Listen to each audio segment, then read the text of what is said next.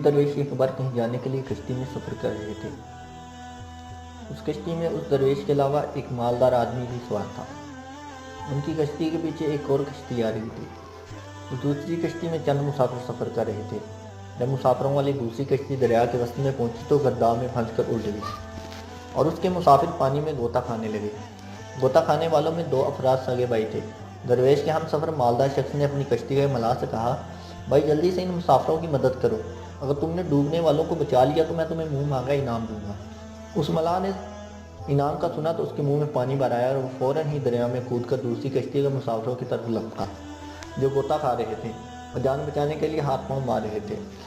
چند منٹ کی جدوجہد کے بعد ملاح نے دونوں سگے بھائیوں میں سے ایک کو بچا لیا جبکہ دوسرا ڈوب گیا۔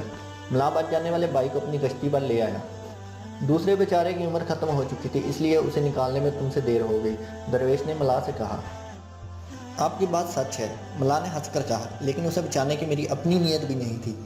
آخر اس کی کیا وجہ ہے کہ تم نے ایک کو بچا لیا اور دوسرے کو ڈوبنے دیا؟ درویش نے پوچھا۔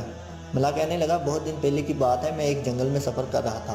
چلتے چلتے میں تھک گیا تو ایک جگہ بیٹھ گیا۔ اتفاق سے کچھ دیر بعد یہ دونوں بھائی ایک اونٹ پر سوار وہاں سے گزرے۔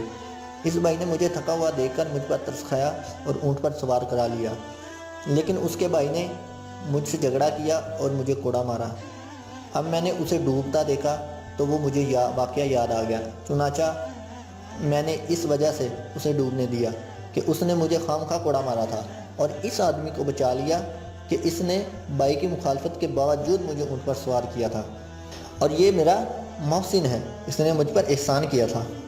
ملاح کی اس بات کو سن کر درویش نے سوچا کہ انسان ایک نہ ایک دن اپنے کیے کی سزا ضرور پاتا ہے۔ تو دوستو، اس کہانی سے ہمیں سبق یہ ملتا ہے کہ جیسا کرو گے ویسا بھرو گے۔ کسی سے نیکی کرو گے تو کوئی تم سے بھی نیکی کرے گا۔